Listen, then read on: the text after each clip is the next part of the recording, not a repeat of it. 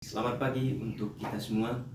Perkenalkan, nama saya Octavianus Cala, NIM 2023806045. Saya merupakan mahasiswa aktif di Politeknik Pertanian Negeri Kupang, jurusan Peternakan, Prodi Kesehatan Hewan, semester 4, kelas A. Pada video kali ini, saya akan menjelaskan mekanisme hormon reproduksi pada ternak betina. Yang pertama itu hipotalamus. Hipotalamus merupakan hormon-hormon dari otak. Hipotalamus ketika ia menerima rangsangan dari luar seperti cahaya, stres, makanan, stimulasi uterus, fisik, dan lain-lain, maka dia akan mengeluarkan faktor-faktor pelepas atau GnRH. Faktor-faktor pelepas atau GnRH ini dia akan merasa adenopopsia atau hipopsia bagian depan. Di adenopopsia ini dia akan menghasilkan hormon FSH atau follicle stimulasi hormon dan hormon LH atau luteinizing hormon. Yang pertama itu hormon FSH. Hormon FSH ini dia akan merangsang ovarium. Ovarium melakukan sesuatu atau folliculogenesis. Folliculogenesis ini dia akan membentuk folikel-folikel, yaitu folikel primer, sekunder, tersier, dan folikel de Graaff. Yang terakhir yaitu folikel de Graaff. Folikel de Graaff ini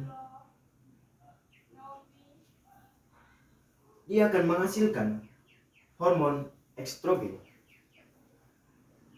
Kemudian hormon estrogen ini dia akan merangsang estrus atau birahi pada ternak betina.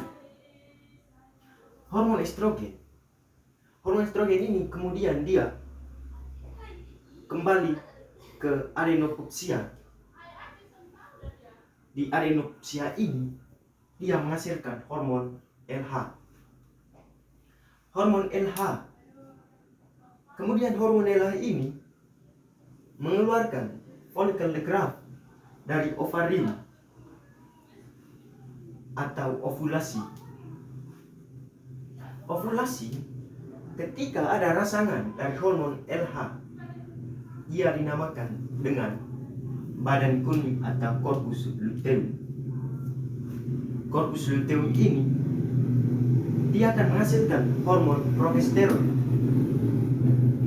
Di hormon progesteron ini dia bekerja untuk melindungi kebuntingan pada saat sapi kebuntingan atau pada saat hewan betina kebuntingan. Jika tidak terjadi kebuntingan, maka dia akan kembali ke fase awal, yaitu hipotalamus. Hipotalamus menerima rangsangan dari luar seperti cahaya, stres, makanan, dan lain-lain. Maka dia akan mengeluarkan faktor-faktor pelepas. Jika terjadi kebuntingan, maka dia merangsang neopropsia atau hipopsia anterior bagian belakang. Neopropsia ini dia akan menghasilkan hormon oksitosin. Hormon oksitosin ini dia akan bekerja membantu proses pertus dan membantu proses laktasi. Sekian dan terima kasih.